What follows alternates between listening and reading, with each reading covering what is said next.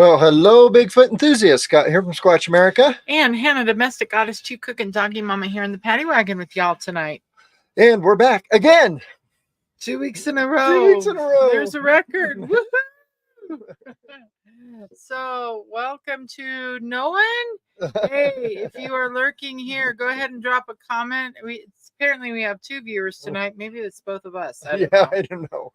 Anyway, I did send out the email early this morning. So yeah, we're back. We're getting back in the groove. Yeah, there's quite a groove to get back into. So anywho, hi Charles. Yes, good to see you. Hi, Charles Scott. and Scott and George. I think George, it looks like you're new. Are you new? It wouldn't be surprising. So, and Ben, good to see you tonight. Well, hi everybody. And Henry. Hey, hello Henry. So, we've got a great show for you tonight. Is it great? Is it really? Do we really? We got an okay show for you. It was my idea. It's probably awesome, but one never knows. Yeah. Oh, cool. So, shall we just go for it here?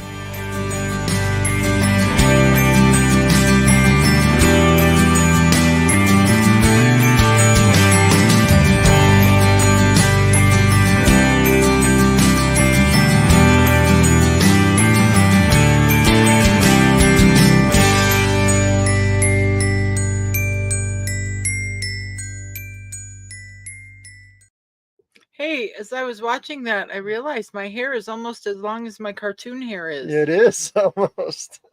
Been working on that. Yeah. All right. Well, let's get going here. Okay. So, what did you want to talk about? What did you want to talk about? Hannah's idea. My idea. Well, just because it was my idea doesn't mean that I'm ready to talk about it. But, here in okay, so there I go, getting distracted by the chat. So George says he's not new. He's Alan White's house buddy. Okay. Alan White, Greg, I don't know who that is. But anyway, yes, Scott, my hair is almost as long as Scott's beard. Yeah. We're working on it. Yeah. Hey, I just thought of something. Maybe we can start using your beard as a point of measuring reference. We could. Anywho, so last Saturday, so what, 4 or 5 days ago, we actually went out, since we've been in New Mexico, we've gotten a few reports, but we actually went out investigating last Saturday. We did. And video coming soon. And I thought, hey, we talk about what do you take out with you when you go investigating, or, we give all these tips and tricks, but I thought, what if we went step by step? How do you actually conduct a really good Bigfoot investigation? What makes a good investigation different from like an encountering Bigfoot investigation? Yeah. Oops, did I say that out loud? No. Okay, I don't know. Anyway, so I kind of thought, hey, you know what? Let's take y'all step by step through what we as Squatch America do from the time we get a Bigfoot report to the time we go out there and kind of what we do when we're out there. Yeah. And that's where he comes in because, I just go along to be pretty and cute and help make the videos. Yeah. Whiskey or no whiskey? No whiskey for me because I'm a lightweight. Yeah. So, oh my gosh, my brain just went. It's been kind of a day. It's been a day. Yeah. So I have taken some courses in investigation in college. Not Bigfoot investigation. Not Bigfoot investigation. Forensic. Yeah, forensic investigations and stuff like that. So, I took a criminal justice course, is what it's called. And I did that before I got out of the military. But anyway, so I got, this much experience. And Hannah, of course, worked in forensic interviewing and stuff like that. For social services. So we got a little bit of background to that. So we're going to, guess what I got? What did you get? I got a PowerPoint. Oh, thank God, because then if you didn't, I would have to talk. Yeah. So the first thing really want to stress when you do a Bigfoot investigation, and like we have a whole lot of people, all our friends, all of you guys that are out there across the country in Squatch America, or we call them Squatch Americans. All you Squatch Americans out there, we often call on you when we get reports and things all over the nation. In fact, we just got one yesterday. Was it yesterday or the day before yesterday? I don't know. I think it was yesterday.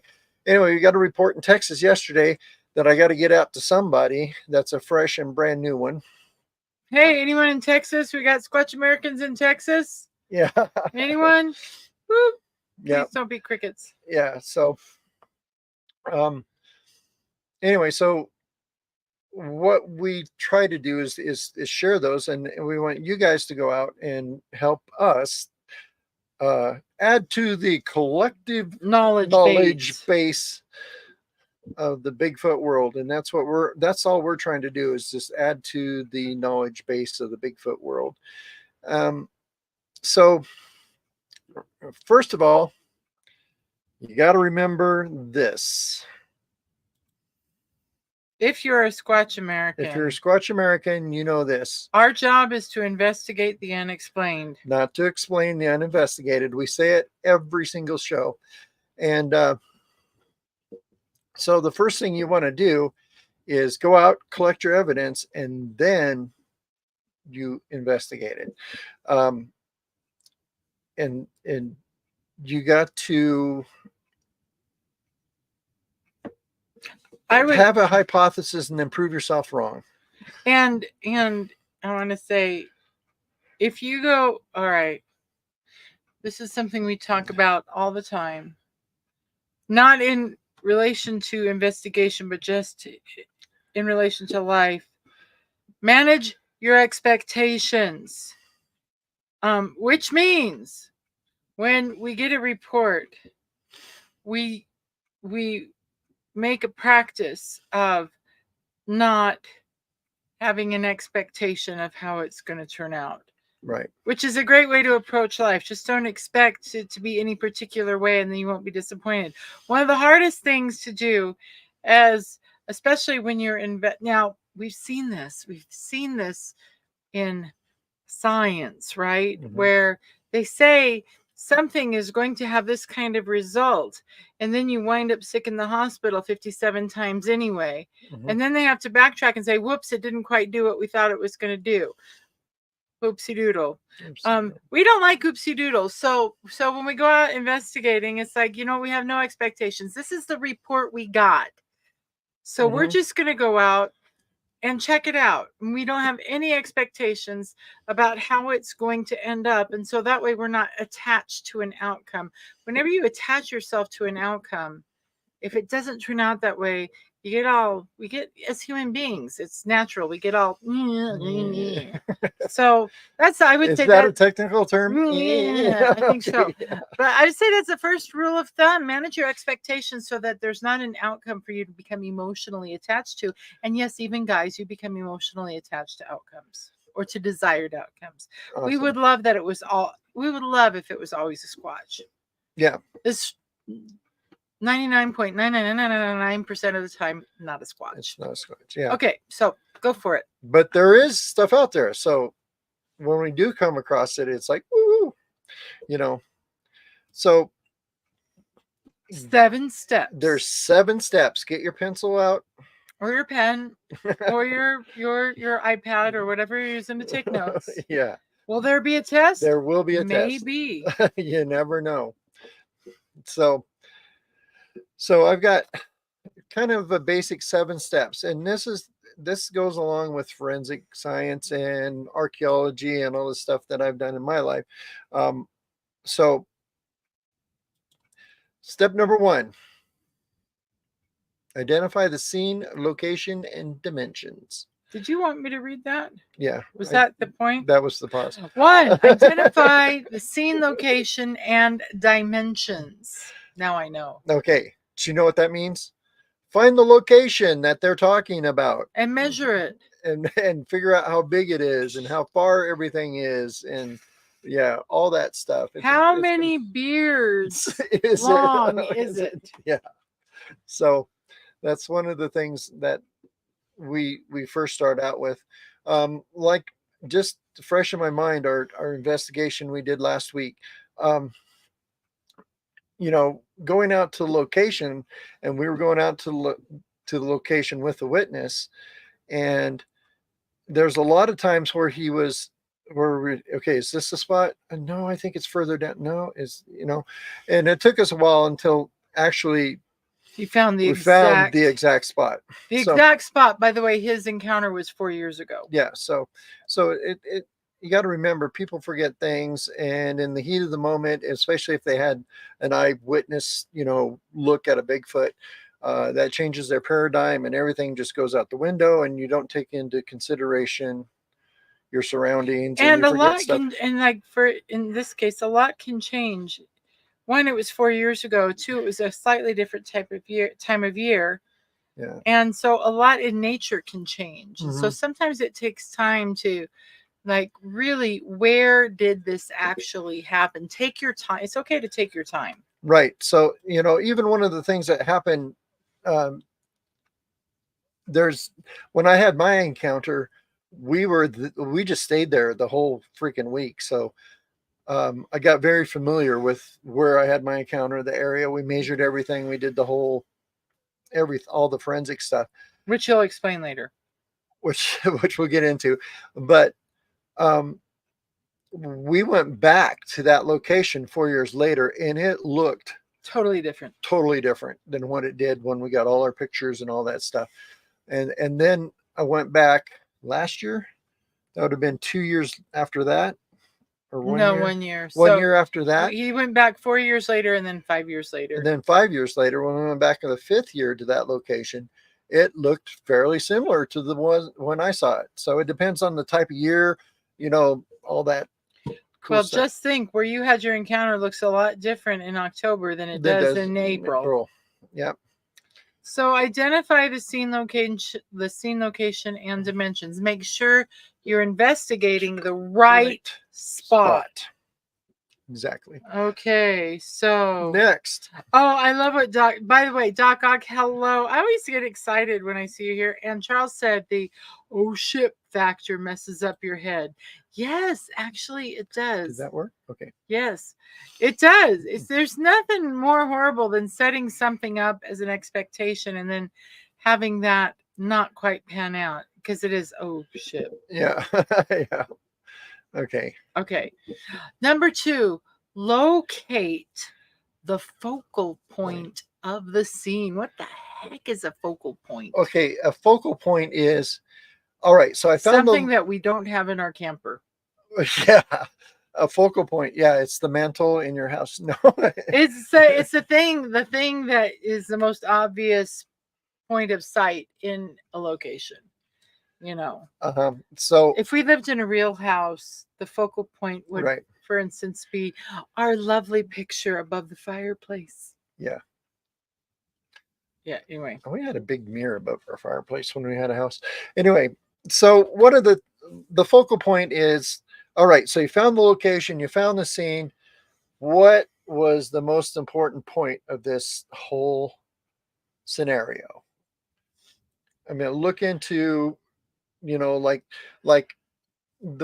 I'm going back to the one we just recently did that you guys know nothing about, but in the video is forthcoming is there was a focal point. There was a spot in the woods on the hill that this took place. So we found the area, we found the correct location, and then we had to find that focal point, which ended up with me and the witness guy climbing probably 300 yards up a freaking hill like this, and it about killed me. But guess what? Yeah. His wife and I stayed on the road. Yes. Yeah, y'all go knock yourselves out. Yeah. Yeah. All right. Hi, Brown Dwarf. Nice to have you with us tonight. And Henry, we will definitely be looking for your email. All right, we will. Thank you. So you got to find the focal point, and then you got to investigate that focal point. So yeah, find where. Okay, determine. Oh, What sorry. are you doing? I don't know. I'm clicking You are blazing through this. way too fast. Way too fast. So determine the type of encounter that occurred. That could actually be number 2, couldn't it? What type of encounter? Or is this? Well, you got to determine what had occurred. Like, was it a sighting? Was it a whoop? Was it a? I think that's actually like that's the very that first could thing. be one of the first things. But yeah, what type of encounter are we talking about? mhm. If they said we heard wood knocks and then you go out to the high desert of Central Oregon, yeah, probably not because there is no trees. Yeah, there are no trees and you cannot wood knock on a sagebrush. yeah. So what kind of encounter are you talking? Are you talking about wood knocking, rock clacking, whoops, sightings, things being thrown at you? Yeah. Actual, eyeball to eyeball. And that's another encounter that we're about to go out and investigate. A stump being thrown at a vehicle. So here. Okay. Okay. So you want to conduct your preliminary survey. So what preliminary or primary? Or your primary survey. So that means the first. Once you find your scene, your location, all that stuff, conduct a survey. Like, so say somebody saw Bigfoot walking through this area. So you've located the point where the Bigfoot walked through. Is it possible for Bigfoot to walk through there? So what you do is you can do what they did so many times on finding Bigfoot. They were actually conducting a preliminary survey a lot of times when they would take Bobo and put him out there. Is it preliminary or is it primary? I'm sorry. Well, same thing. All right. Conduct your first survey. Your first survey. So anyway, what they did was, like putting Bobo in place of the Bigfoot and putting the witness where they were standing. And is this the location you saw it? Is this how long you saw it? Stuff like that. So it's kind of try to do a reenactment. Try to figure out what actually happened. And in the survey we just did, we discovered that where he saw the thing go through the opening. And by the way, if you want to know what we're talking about, go watch last week's live, because we're talking about the video that we showed last week. Okay, all right. So we discovered that little space where you got a really quick glimpse of this thing in the woods actually covered almost 7 feet once we got up there and measured it. So you got a glimpse of something taking two steps in like 3 frames in a video, which covered 7 feet. So that's the kind of survey stuff you want to do, which, really helps your investigation, helps your evidence. It helps you know exactly what you're dealing with. What size was it? What that could 7 feet, that kind of based on the video, because he took like 2 steps to cover that 7 feet. That would give this creature like a 42-inch, even without having to measure the ground. If he did 7 feet in 2 steps, that's a 42-inch stride. Yeah, or so. Yeah. So that's bigger than a human stride, by the way. Okay. So that's why you want to survey, by measuring things and saying, okay, this is where it started. This is where it ended. This is how the distance it took between this opening. When you're standing down below and you're looking up through the trees, it's this tree and this tree. Measure that distance, and then, you can figure out stuff like that. So we're halfway through. Don't leave the studio. I'm not. You're on the wrong button. No, you were. We're gonna take a little quick talk right now. If you look in the chat, I don't know if it's in your chat or not, in the comment section up at the top and down in the description below, there's our t-shirt store right there. Click that. You can Oh, just take us to it. No, it'll show you the comment. Oh, Go to, click on that link in the description, and you can buy your very own custom-made and delivered to your door Squatch America t-shirts. Daisy, she's trying to nest in the carpet. yeah, she is. She's a weird child. So and follow us on all the stuff. We have a Patreon, which we are very slowly transitioning to a paid membership site on our website. It does take time, but as of the beginning of November, I believe we will be transitioning from Patreon to our website for paid members. Yeah, and the reason for that is because all the proceeds to our t-shirts and stuff helps us to help veterans. We are part of the Fallen Outdoors, and this is the Fallen Outdoors logo right here, but this is the Bigfoot version of the Fallen Outdoors logo, and where we take veterans out bigfooting, and it's a great time for us for me being a veteran myself to share with other veterans and help eliminate that 22 a day. 22 what a day? 22 veteran suicides a day in America.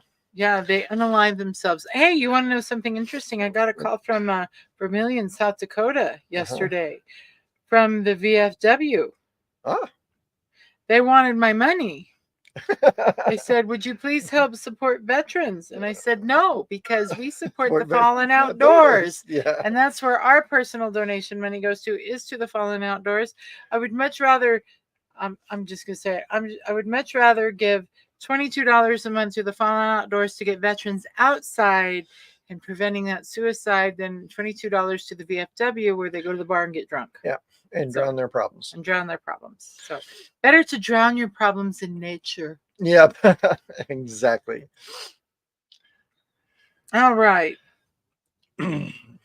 So, yeah, we're working on some stuff, and upcoming events is we don't have any.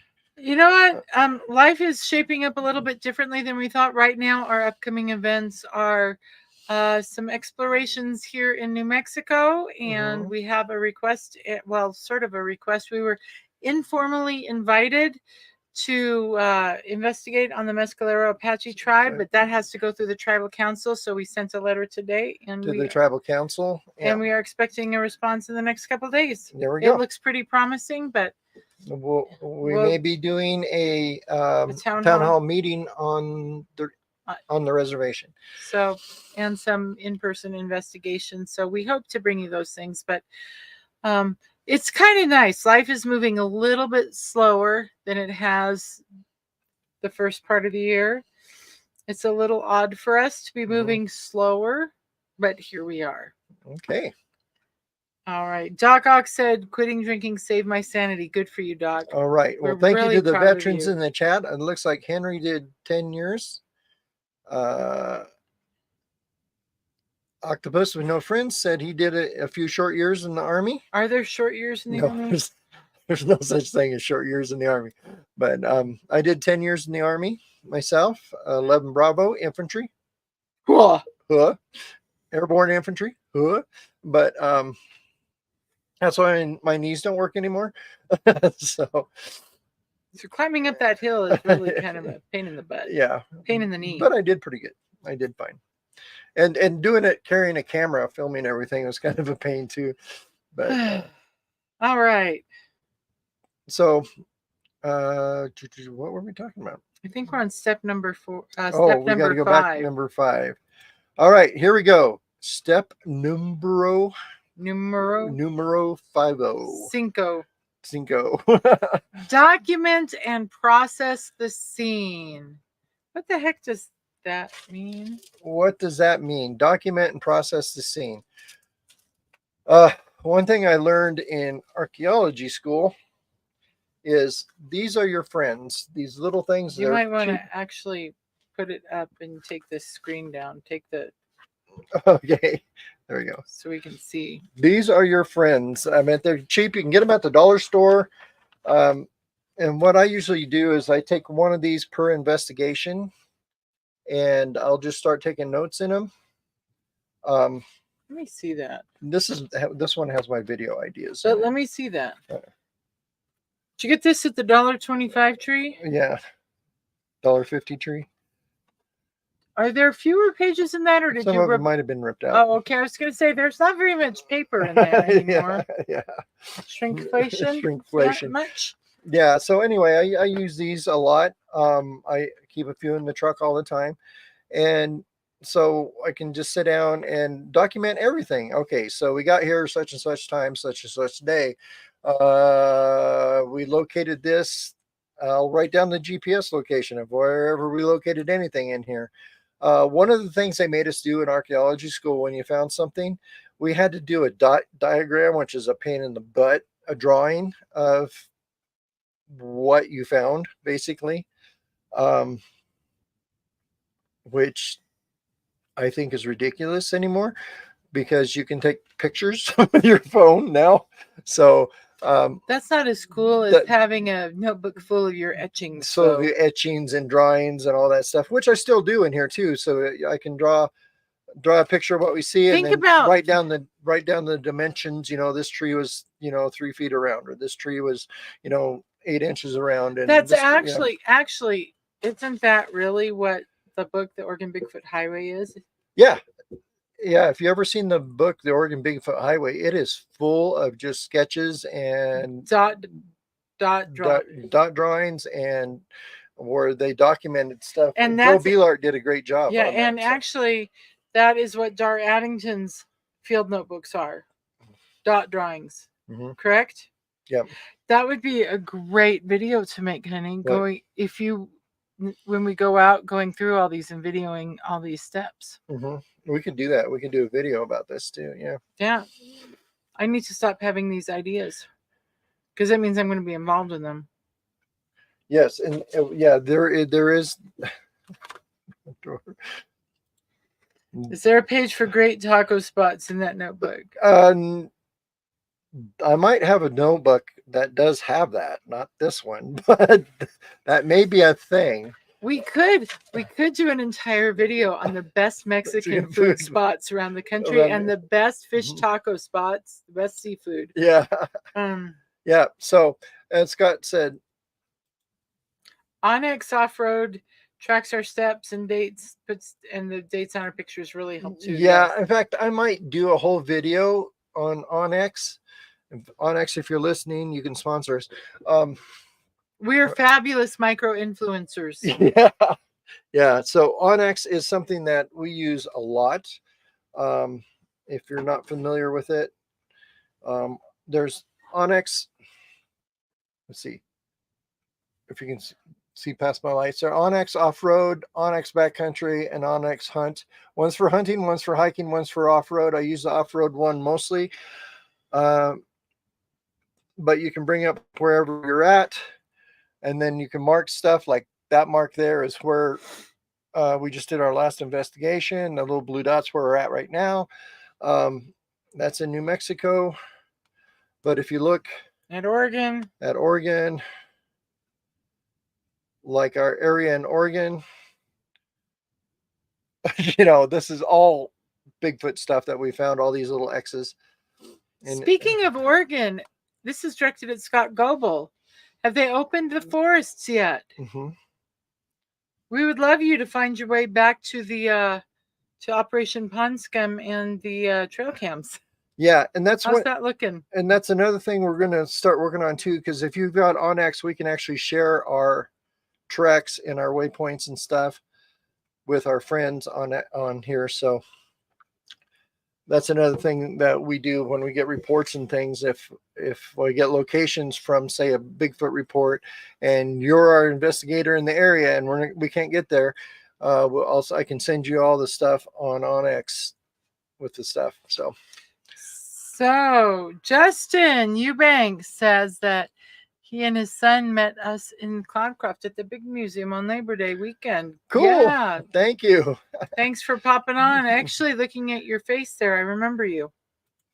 What's her face? Yes, there's a face. Oh, yeah. Okay, cool. Yep. Awesome. Nope. And the forests in Oregon are still not open. Yep. Will the forests in the People's Republic of Oregon ever open again? To be continued. I want my trail cameras back. And Scott wants his trail cameras back too. Well, they can tell them if you don't want to let us in, they can buy them back. Wink, wink. Okay. So Tammy asks if we were in Baker City a couple of days ago. No. Nope, we were in Baker City in June. In June. So we left at the end of June. Yeah. So. Yeah. So there's that. So anyway, back to the drudgery that is our. Actually, why don't we show that little commercial? Okay, yeah. So if you want to be part of Squatch America, I don't know where it went. Here we go. If you're a Bigfoot enthusiast, you need to hear this. Squatch America is changing the game. Meet Scott and Hannah Violette, the dynamic duo behind Squatch America. Scott, a Native American cultural anthropologist, took his first steps into the world of Bigfoot through his work with the Miwok tribe in Northern California. Meanwhile, Hannah, a master social worker and human behavioral researcher, dives deep into the shared behaviors of humans and Bigfoot. Together, they've made groundbreaking discoveries and had their own sightings. But they don't stop there. Scott and Hannah travel the nation, hosting town hall meetings to collect encounter reports and weave together a rich cultural behavioral narrative of Bigfoot. Through their blend of anthropology, sociology, and communication, they bring communities together and shed light on the mysteries of Bigfoot. Join Squatch America and be part of the adventure. Subscribe now and let's uncover the truth together.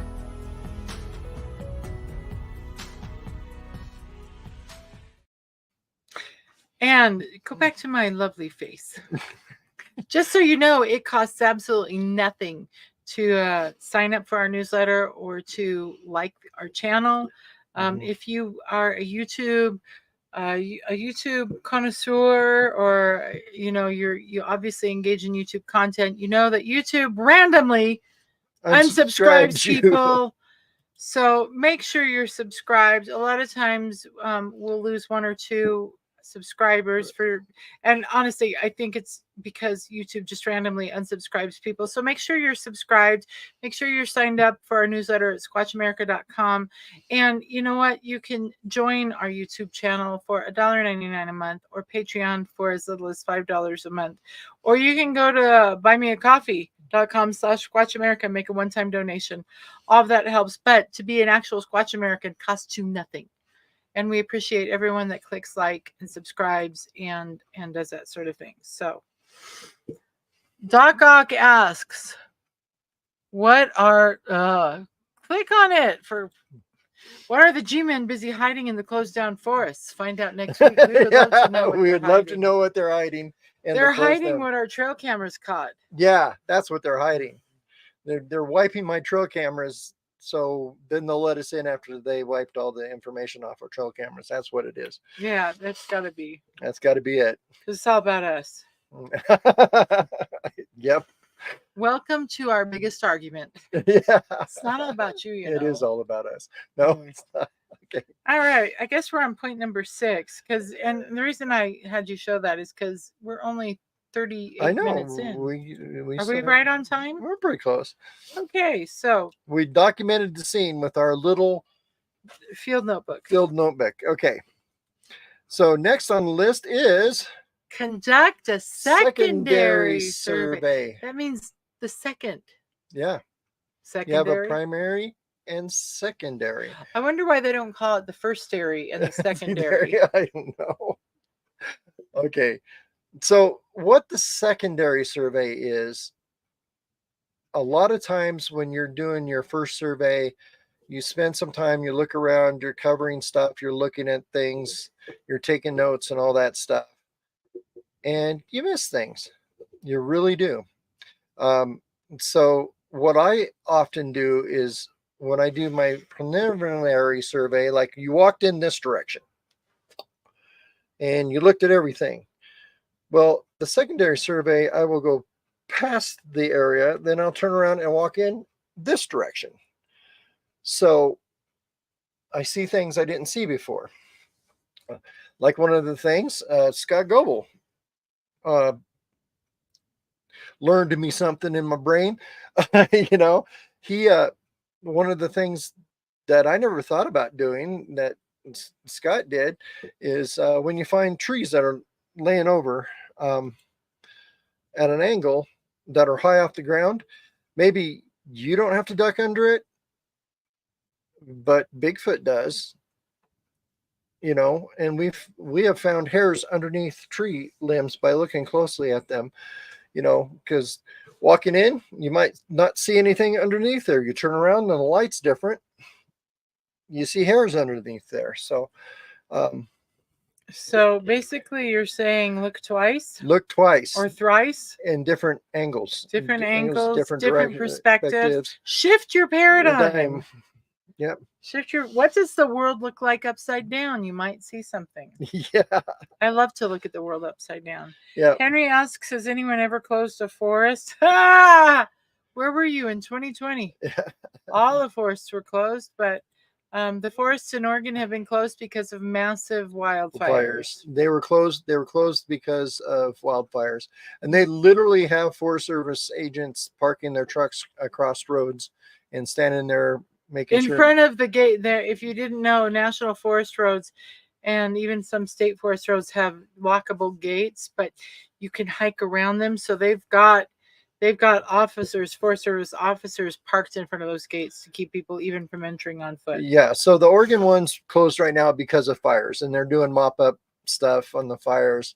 They're probably collecting all the dead Bigfoot bodies from the fires and getting them out of there, that sort of stuff. Yeah, I said that seriously. You know as well as I do, the Bigfoot had moved up. Yeah, but I don't worry. The only other time I've seen forests closed besides fires, it was during the pandemic when we actually it was in Washington State. We were up in Leavenworth. And we went to go into the forest, and they had it all coned off and said, due to the pandemic, you can't go into the forest. Which made so much sense. Yeah, that was brilliant. Absolutely brilliant. So stay socially distanced apart, but don't go anywhere where you can stay socially distanced apart. That's it. Anyway. So now you know how we feel in case you didn't already. Yeah. Yeah, Doc Ock said he was going to joke about that, but it made me say it makes us sad too, man. We share that. Yeah. Exactly. So we've conducted a secondary survey, which just means look at it again from different perspectives, different angles, different viewpoints. Maybe we need to send this to the political wheels and say, hey, why don't you try doing primary debates and secondary debates instead of bloodbaths? Yeah. Okay. Anyway, I'm not supposed to say those things. Yeah. So last but not least, record and preserve evidence. Record and preserve your evidence. And if you go back on our videos, I'll have to go back and look at it. I'll post it in as a pinned comment in this video. But we did a video back, I don't know, it was a while ago, where I went through everything I take into the woods with me to collect evidence. And so you can go back and watch that video. It's a pretty extensive list. In fact, I am in the process of putting together evidence collection kits for Bigfoot evidence stuff that we're going to start selling on our website. So that's coming someday when I get my act together. But it's basically stuff that we take into the woods. I'll bet if you didn't have to spend all your time replacing truck parts and trailer parts, you'd have time to put together evidence collection kits. Yeah. So anyway, Brown Dwarf says I talked Bigfoot with the fire marshal in Medford. They use Sasquatch as their logo. They do. Yes, they do. Oregon has the Oregon Forest Service does have Sasquatch as their logo. So anyway, Important things to remember when you're preserving evidence. Okay. Faces. One of the things Faces. when you're preserving evidence, You want to touch it with your grubby mitts, right? you don't. That's one of the things that people always gripe about, and you hear a lot of Bigfoot researchers, oh, don't touch the hair, don't touch this. In a lot of cases, that's true. But if you're going to, try to test it for DNA, but there's a problem with that. There's no DNA labs that actually test Bigfoot DNA. Even Dr. Jeff, we had a discussion about that in Pocatello when last time we were there. And he said, there's no place to send it. There's no place that can actually do a proper DNA test on it, because no labs are set up for it or even want to be set up for it. So that's probably something that's coming way in the future.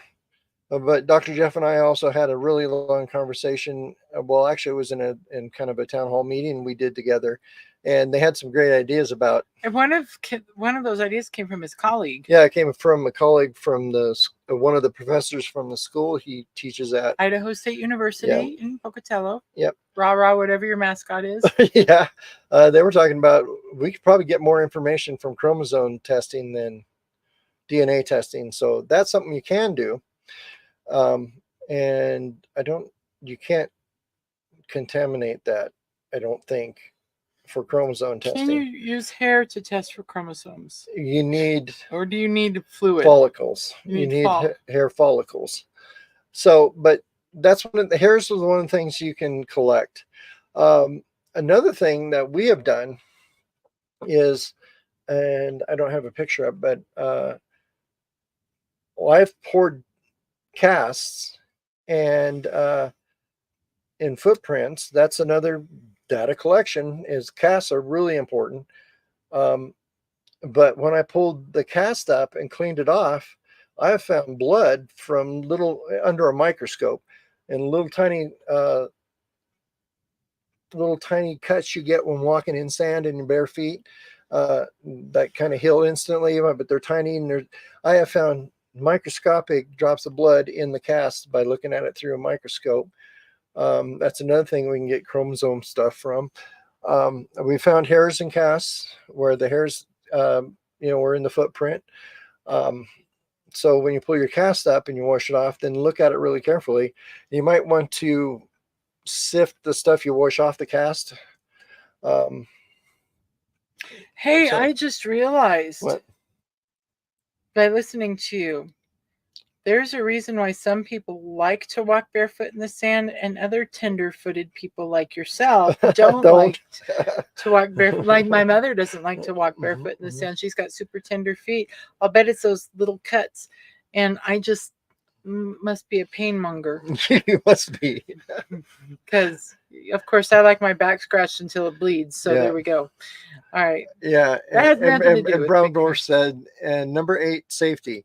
Yeah, here at Squatch America, safety's third, always. That's an important thing to us.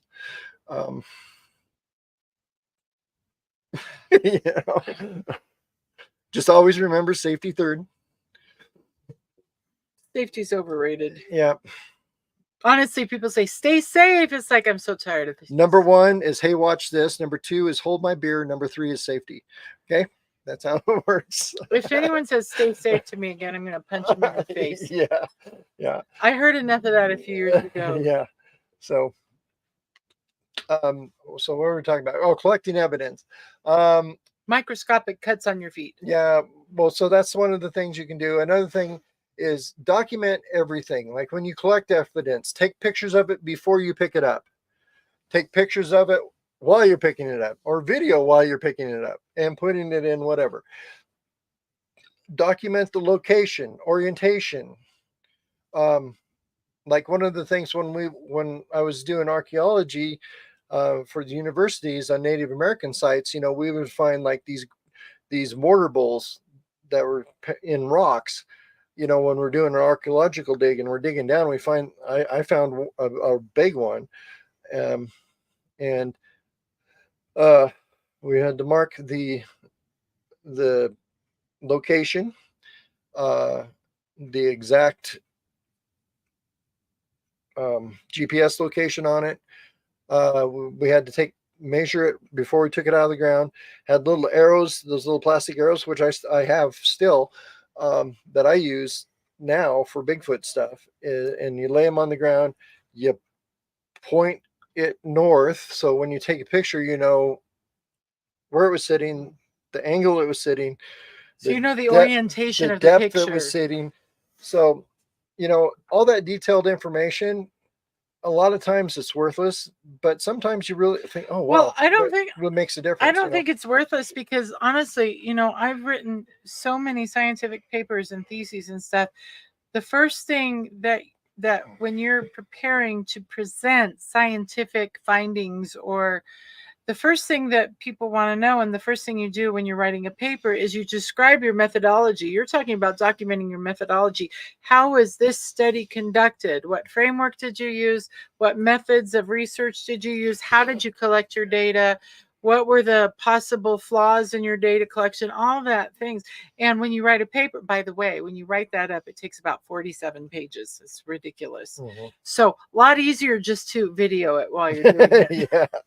Yeah. So this is all the research part.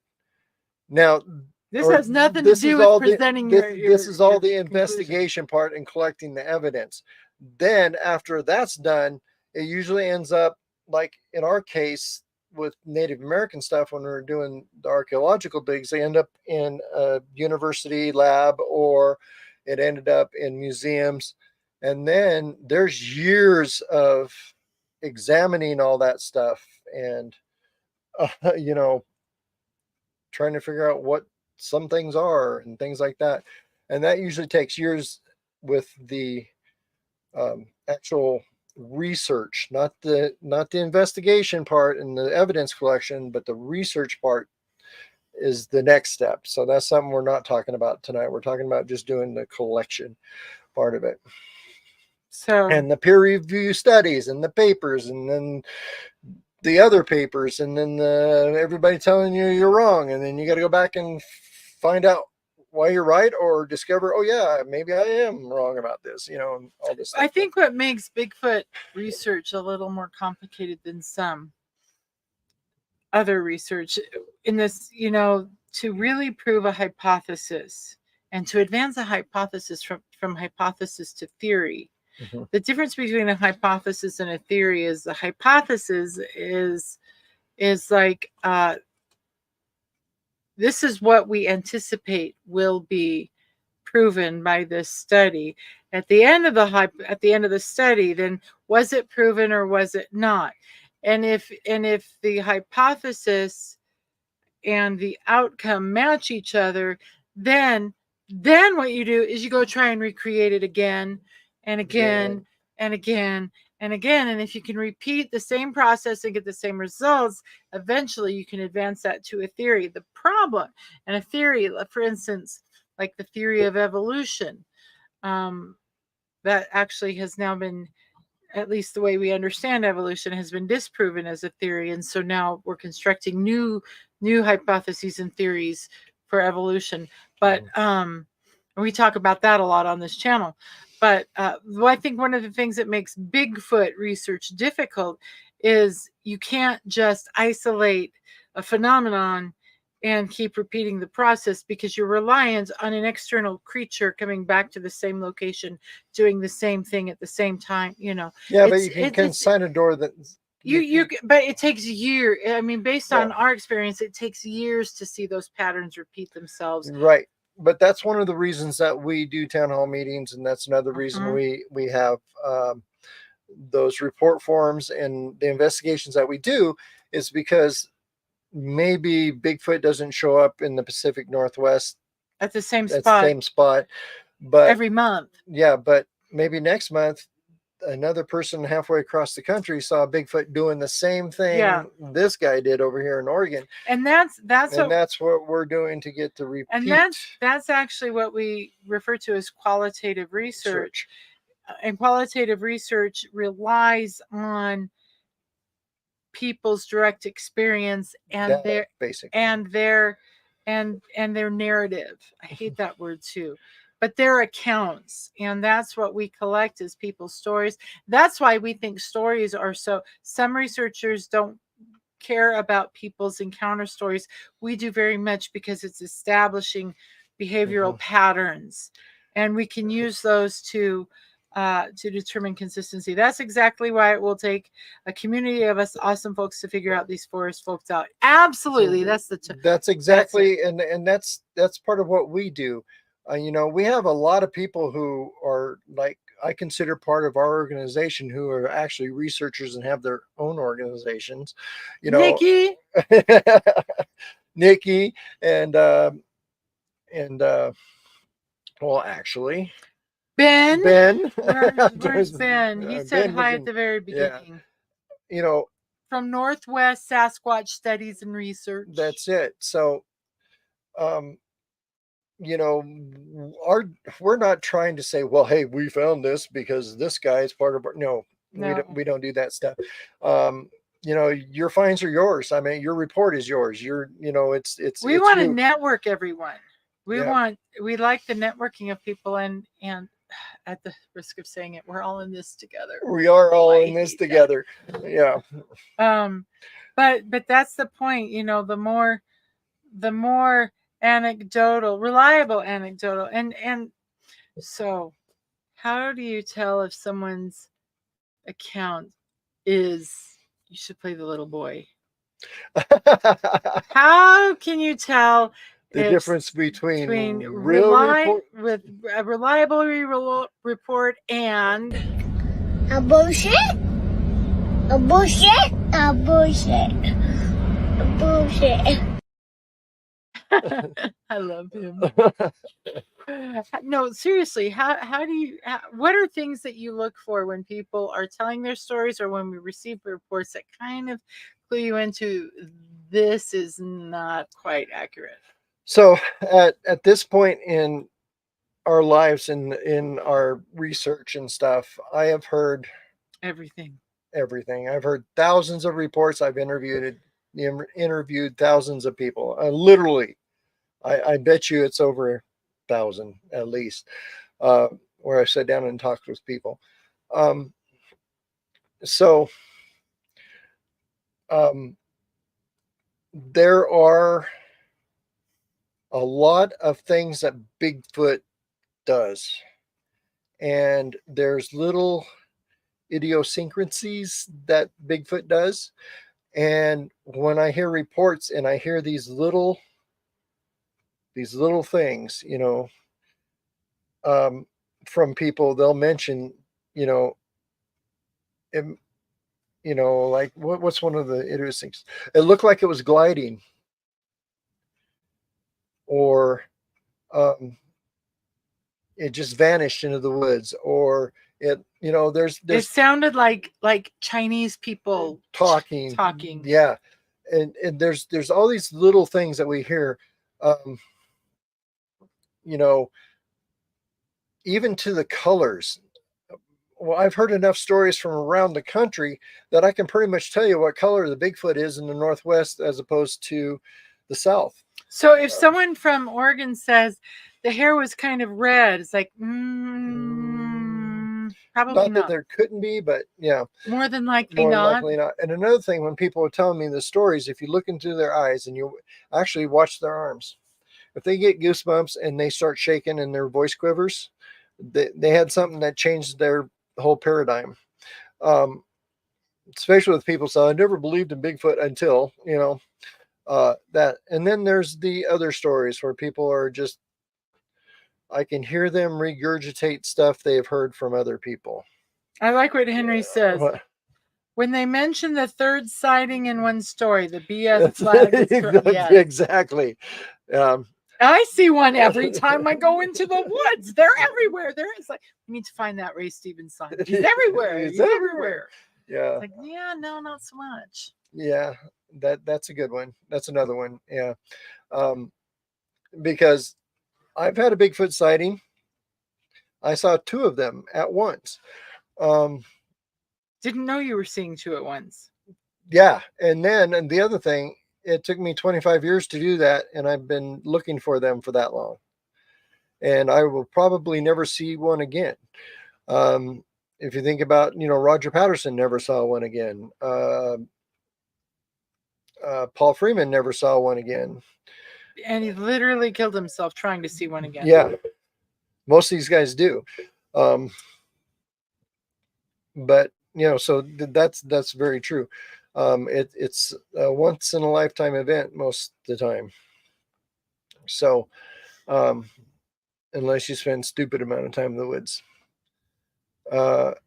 So anyway, like if you live in the same spot and habituate, and there are those. There are those, yeah. But for the most casual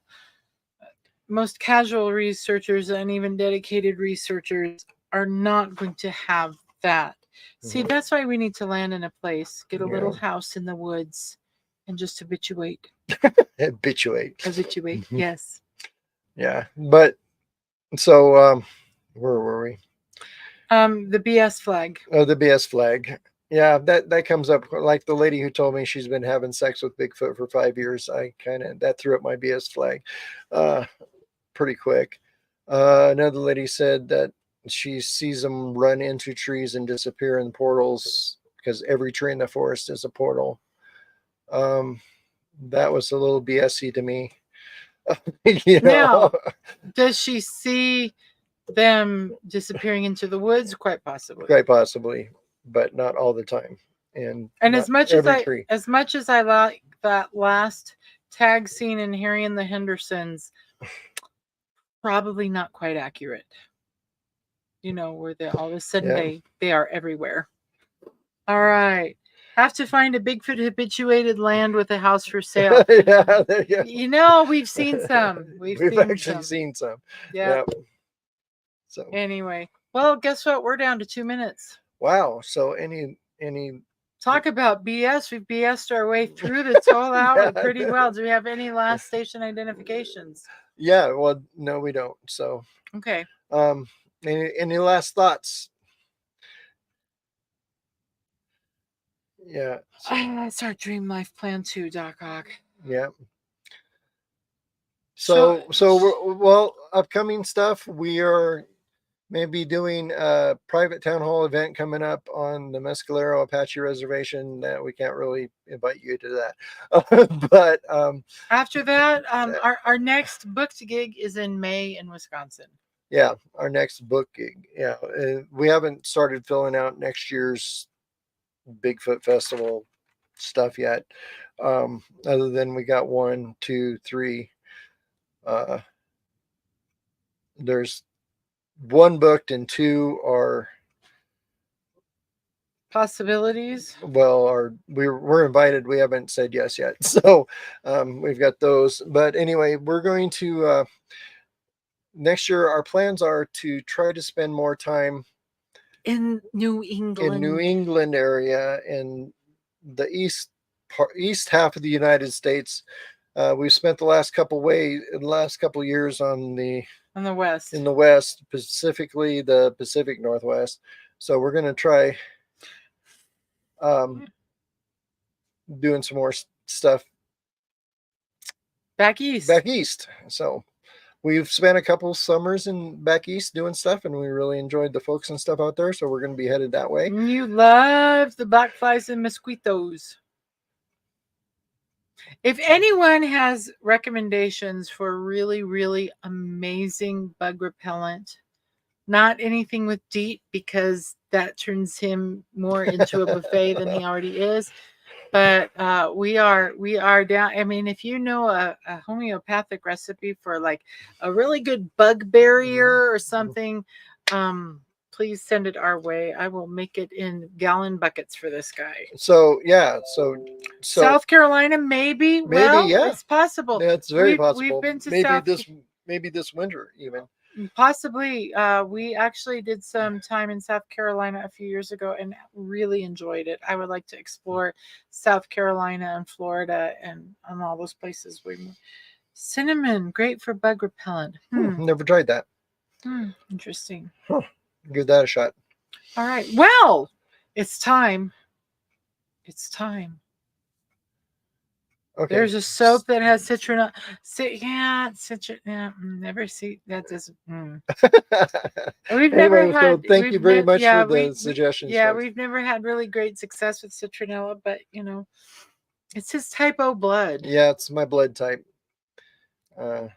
So mosquitoes love it.